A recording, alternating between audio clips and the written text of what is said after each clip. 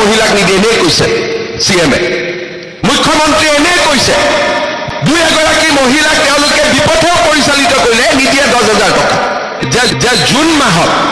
এখন বিশ্বনাথত মিটিং পাতক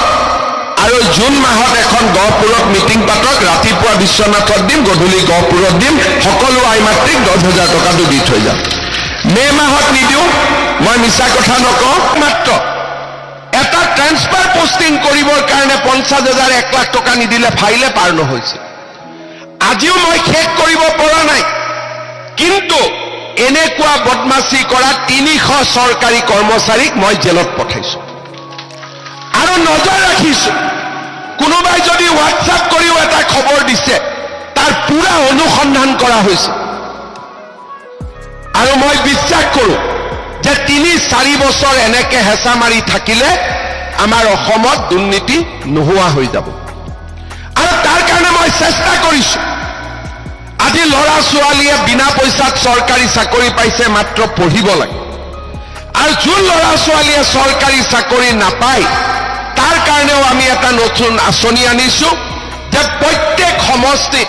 প্ৰত্যেক বছৰে 1000কৈ ল'ৰা ছোৱালীক ব্যৱসায় আৰু উদ্যোগ কৰিবৰ বাবে কোনো মৰ্টগেজ নোহোৱাকৈ আমি 2 লাখ টকাকৈ সহায় কৰিম তাৰমানে গহপুৰত 1000 ল'ৰা বিশ্বনাথত 1000 ল'ৰা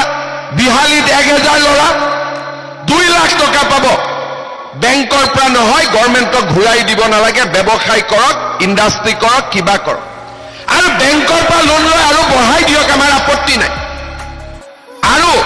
অহা বছৰ আৰু 3,000 তাৰ পিছৰ বছৰ আকৌ 3,000 তাৰমানে চৰকাৰী চাকৰি নাপালেও ল'ৰা ছোৱালীয়ে নিজৰ ভৰিত নিজে থিয় দিব পাৰিব আজি আপোনালোকে চিন্তা কৰক ছোৱালীয়ে কলেজত পঢ়িব যাব নিযুত মইনাৰ টকা সোমাই অহাবাৰ আৰু সোমাব আৰু ল'ৰাবিলাকৰ কাৰণেও এইবাৰ আমি এটা নতুন আঁচনি আনিছো যে যিবিলাক ল'ৰা ছোৱালীয়ে ডিগ্ৰী পাছ কৰে প্ৰথম বছৰটো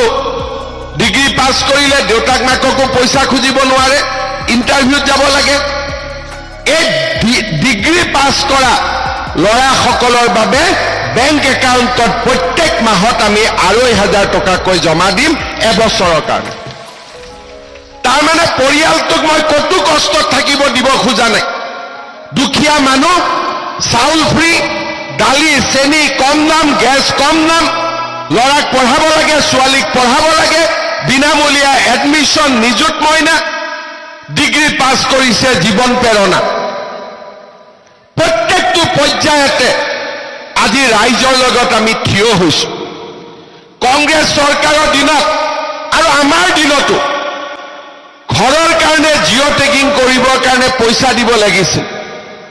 এইবাৰ জিঅ' টেগিঙত কোনোবাই পইচা লৈছে নেকি সঁচা কথা ক'ব কোনোবাই লৈছে নেকি আজি সকলো মানুহে নিজৰ ঘৰ জিঅ' টেগিং কৰিছে জীৱিকা সখী বাইদেৱে কৰিছে চাহ একাপ খাইছে যদি খাইছে টকা পইচা কোনেও ল'বলগীয়া হোৱা নাই আৰু এনেকৈ সমাজ জীৱনৰ লগত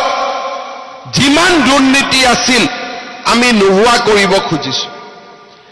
আৰু যিসকলৰ জিঅ' টেগিং বাদ পৰি গৈছে ইলেকশ্যনৰ পিছত আৰু 15 দিন সময় দিম নিজৰ জিঅ' টেগিং নিজে কৰিব পাৰিব নিজৰ জিঅ' টেগিং নিজে কৰিব পাৰিব আমাৰ চাহ বাগিচাৰ লাইনৰ মাটিবিলাকৰ মালিক চাহ বাগিচাৰ শ্ৰমিকক কৰিবৰ কাৰণেও মই প্ৰচেষ্টা চলাই আছো যাতে মাটিৰ মালিকী স্বত্ব বাগানৰ শ্ৰমিকে পাব পাৰে কোনে আগত চিন্তা কৰিছিল আমাৰ বিহু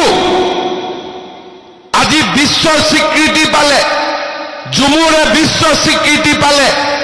অসমীয়া ভাষাই ধ্ৰুপদী ভাষাৰ মৰ্যাদা পালে আজি কোনটো পৰ্যায়ত দৰিদ্ৰ মানুহক সহায় চাকৰিত সহায় national highway medical college tunnel আৰু আমাৰ সাংস্কৃতিক ঐতিহ্য কোনো কামেই আমি বাদ পৰিব দিয়া নাই যোৱা 4টা বছৰ প্ৰতিটো পল প্ৰতিটো মুহূৰ্ত ৰাইজৰ কাৰণে কাম কৰাৰ কাৰণে চেষ্টা কৰিছো বাকী সব কথা আপোনালোকে বাদ দিয়ক। বিশ্বনাথ জিলাত মুখ্যমন্ত্ৰী দায়িত্ব লোৱাৰ পিছত মই যিমানবাৰ আহিছো, একেলগে যোগ কৰিলে অসমৰ কোনো মন্ত্ৰীয়ে ইমানবাৰ বিশ্বনাথত অহা নাছিল। আমি অসমখনক ভাৰতৰ সৰ্বশ্ৰেষ্ঠ ৰাজ্য কৰিব খুজিছো। এডভান্টেজ অসম পাতিছো, 5 লাখ কোটি টকাৰ বিনিয়োগ হ'ব। ইণ্ডাষ্ট্ৰী কোন হ'ব কোন নহ'ব মোৰ ইণ্টাৰেষ্ট নাই।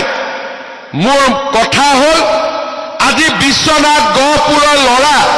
7,000-8,000 টকাত সিকিউৰিটি গাৰ্ডৰ চাকৰি কৰিবৰ কাৰণে তামিলনাডুত যায়, কৰ্ণাটকত যায়, অন্ধ্ৰপ্ৰদেশত যায়। 1 লাখ টকাৰ চাকৰিৰ কাৰণে বাহিৰত যাওক, 7,000-8,000 টকাৰ কাৰণে বাহিৰত চাকৰি কৰিব যায়। বেমাৰ হ'লে চিকিৎসা নাপায়, মৃত্যু হ'লে মৃত্যু, শৰীৰ অসমলৈকে ঘূৰি নাহে, মাক বাপেকে চিন্তা কৰি থাকে। অসমত যদি মই এই 5 লাখ কোটি টকাৰ ইণ্ডাষ্ট্ৰী কৰিব পাৰো, সকলো ল'ৰা ছোৱালীক মাকৰ বুকুলৈ আকৌ আমি উভতাই আনিব পাৰিম। সকলোৰে কাৰণে চিন্তা কৰিছো, কাৰণ মই বুজি পাওঁ অন্ধ্ৰপ্ৰদেশ কৰ্ণাটকত সিকিউৰিটি গাৰ্ড কৰিব গ'লে ইয়াত মাক বাপেক কিমান চিন্তাত থাকে তাক মই অনুভৱ কৰিব পাৰোঁ। লুঙি ধুতিৰে এইবোৰ সমস্যাৰ সমাধান নহয়। তাৰ কাৰণে এটা মানৱীয় মন লাগিব, ৰাইজৰ কাৰণে কাম কৰাৰ ইচ্ছা লাগিব, আৰু প্ৰত্যেকটো পৰিয়াল নিজৰ বুলি ভাবা মানুহৰ ক্ষমতা লাগিব, তেতিয়াহে এই কামবিলাক হ'ব পাৰে। শ্ৰদ্ধাৰ ৰাইজ,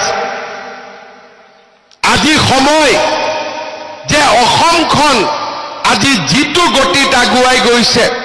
তাক যাতে কোনেও ধৰি ৰাখিব নোৱাৰে। কৰবাত 2-এজন বাদ পৰিব, গম নোপোৱাকৈ নামটো মোক দিলে হ'ল, আমাক দিলে হ'ল, আমি অৰুণোদয় দি দিম, বাছ। বিলাক নিদিয়ে, এনেই কৈছে CM-এ, মুখ্যমন্ত্ৰীয়ে এনেই কৈছে। 2-এগৰাকী মহিলাক তেওঁলোকে বিপথেও পৰিচালিত কৰিলে, নিদিয়ে 10,000 টকা।